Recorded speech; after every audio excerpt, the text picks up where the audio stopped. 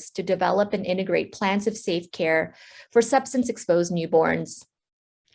This award, the Annie Hall Award for Centering the Family Experience, honors Annie's memory and recognizes an individual or team who seeks to center the family experience in the provision of medical and social care for pregnant persons and infants in our Rocky Mountain region.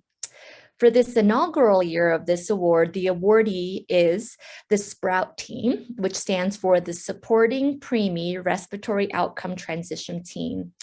This is a newly formed care team within the Children's Hospital Colorado NICU, whose primary goal is to improve parental satisfaction and patient outcomes for infants who need prolonged mechanical ventilation because of their prematurity and severe chronic lung disease.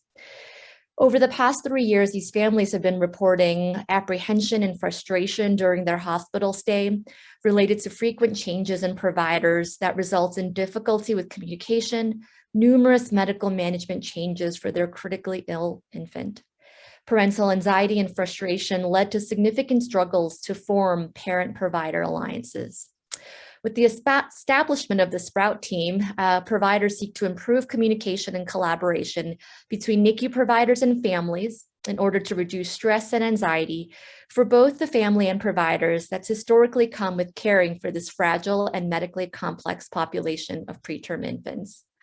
Lastly, I did want to share a vignette that was provided within the nomination for the leader of the SPROUT team.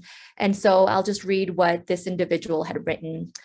She writes, "It's also important to understand the specific motivation for the creation of this team. In March of 2019, a 5-month-old male infant born at 23 weeks gestational age died of intractable respiratory failure from complications of severe chronic lung disease. This infant's mother was Spanish-speaking only and fought fiercely for her son. During the last few weeks of her son's life, she expressed extreme disappointment, frustration, and anxiety with the inconsistent communication and ever-changing medical management of her son with multiple different providers.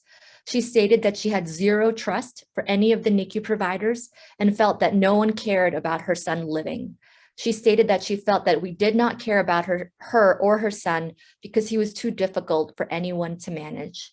This mother and her son were the reason for the formation of the SPROUTS team."